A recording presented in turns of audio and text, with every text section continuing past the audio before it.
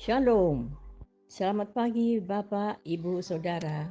Terima kasih telah bergabung bersama kami dalam renungan harian Jemaat GKJ Bandung. Bersama kita akan mendengarkan firman Tuhan dan merenungkannya. Selamat pagi Bapak Ibu Saudara yang dikasihi Tuhan. Kita berjumpa lagi pagi ini dalam renungan harian GKJ Bandung. Rabu 25 Juni 2025. Sebelumnya mari kita berdoa. Bapa Surgawi, kami akan mendengarkan dan merenungkan sebagian dari firman Tuhan. Buka hati dan pikiran kami, supaya kami bukan hanya mengerti, tetapi Tuhan tolong untuk dapat melakukan dalam kehidupan kami sehari-hari.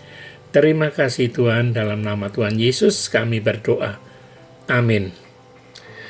Saudara-saudara yang dikasihi Tuhan, pertama kali saya ingin memohon maaf karena Rabu lalu 18 Juni renungan yang seharusnya saya kirimkan itu tidak ada.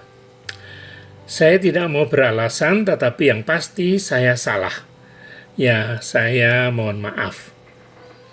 Untuk renungan hari ini, saya terinspirasi dari tema pemahaman Alkitab Wilayah Timur hari Minggu yang lalu. Temanya tentang penyangkalan Petrus. Dasarnya saya ambilkan dari Matius 26 ayat 69 sampai 75. Petrus, saudara-saudara, orang yang tegar, orang yang selalu muncul di depan, yang diberi gelar batu karang, ternyata takluk di tangan seorang perempuan. Kita baca pada ayat 69 dan 70. Aku tidak tahu apa yang engkau maksud. Ini penyangkalan Petrus, yang semakin lama semakin keras dan semakin menyakitkan Tuhan. Mula-mula dia hanya menyangkal. Kemudian dia menyangkal dan bersumpah di ayat 72. Aku tidak kenal orang itu. Setelah itu ia bukan saja bersumpah, tetapi malah bersumpah dan mengutuk. Baca pada ayat 74. Jadi Petrus yang kokoh itu hancur berkeping-keping. Ia yang diajarkan untuk rendah hati dan mau menyangkal diri, sekarang malah menyangkal Tuhan dan yang juga juru selamatnya. Bukankah hal yang seperti ini juga seringkali terjadi dengan kita, Bapak Ibu? Dosa yang satu berkembang kepada dosa yang lain, dan yang semakin keras dan semakin menyakitkan hati Tuhan. Saudara-saudara yang dikasihi Tuhan, tetapi pada akhirnya kita membaca air mata Petrus. Inilah air mata yang tulus. Air mata yang tumpah karena sadar bahwa dirinya telah mengkhianati kasih Tuhannya. Karya-karya besar serta pengalaman Petrus kelak yang sampai disalib di balik, ya, kepalanya di bawah karena merasa tidak layak untuk disalib seperti Yesus. Itu semua sebenarnya bermula dari air mata yang tumpah ini. Semua keangkuhan dan rasa percaya diri yang berlebih-lebihan hancur lebur, dan yang tinggal hanyalah kerendahan hati dan penyesalan.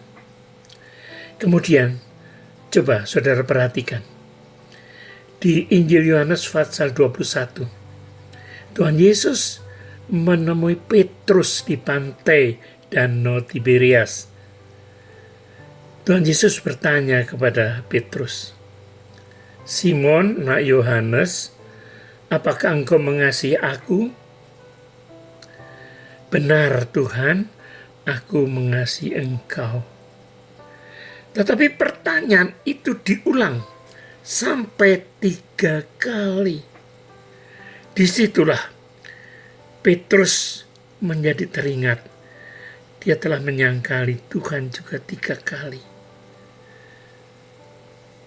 Kalau kita membaca dalam bahasa Jawa, itu agak jelas. Ada gradasi ungkapan Petrus. Yang pertama, inggih Gusti kawula tresna dumateng Paduka. Tetapi yang kedua itu bukan tresno, tetapi lulut. Dan Tuhan Yesus mengatakan, memberikan perintah, gembalakanlah domba-dombaku. Mari saudara, kita renungkan.